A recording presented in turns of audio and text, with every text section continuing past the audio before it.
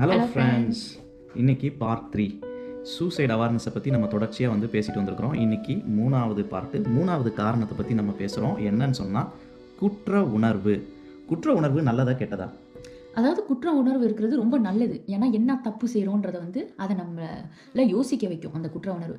அதுவே ஆனால் எக்ஸஸ் ஆகி அது மட்டும் இருந்துச்சுன்னா அதுவும் நல்லது கிடையாது. நம்ம குற்ற உணர்வாக இருக்கும் பொழுது கடவுள் நம்ம செஞ்ச பாவத்தை கடவுள் மன்னிப்பாரா? கண்டிப்பா மன்னிப்பார். அது எப்படியாப்பட்ட பாவமா இருந்தாலும் கடவுள் மன்னிப்பாரா? உண்மையா திருந்தி உணர்ந்து அதை நம்ம ரிக்ரெட் பண்ணி சேஞ்ச் பண்ணோம்னா கண்டிப்பா மன்னிப்பு உண்டு. ஸோ அப்போ இதை நல்லா நம்ம புரிஞ்சுக்கிட்டோம்னா குற்ற உணர்வு இருக்கிறது நல்லது தான். ஆனால் குற்ற உணர்வு மட்டுமே இருக்கிறது தப்பு. குற்ற உணர்வுக்கு அடுத்த ஸ்டெப்புக்கு நம்ம போகணும், மனம் திரும்புதல் அப்படின்ற ஒரு ஸ்டெப்புக்கு போகணும்.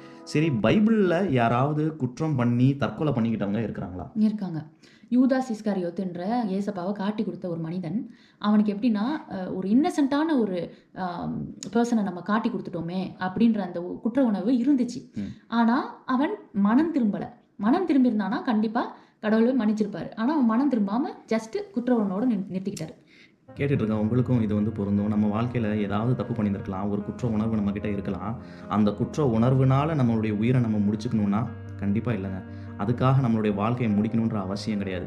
ஏன்னு சொன்னால் நம்ம பைபிளில் அநேக வசனங்கள் இருக்குது. எவ்வளவு நீங்கள் குற்றம் பண்ணியிருந்தாலும், எவ்வளவு பெரிய தப்பு பண்ணியிருந்தாலும் எல்லா பாவத்தையும் ஆண்டவர் மன்னிக்கிறவராக இருக்கிறார். மார்க் 3வது அதிகாரம் 28வது வசனத்தில் கடவுள் சொல்கிறாரு, எல்லா பாவத்தையும் நான் மன்னிக்கிறேன்னு சொல்கிறார்.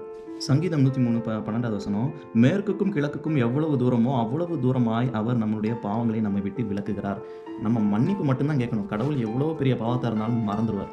ஒரு சிலர் நம்ம நினைக்கிறோம் பாவம் பண்ணிட்டோம் அப்படின்னு சொல்லி கடவுள் மன்னிப்பு கொடுக்குறாரு. அந்த கொடுக்குற மன்னிப்பை நம்ம ஏற்றுக்கொள்ள மாட்டேங்கிறோம், நம்ப மாட்டேங்கிறோம்.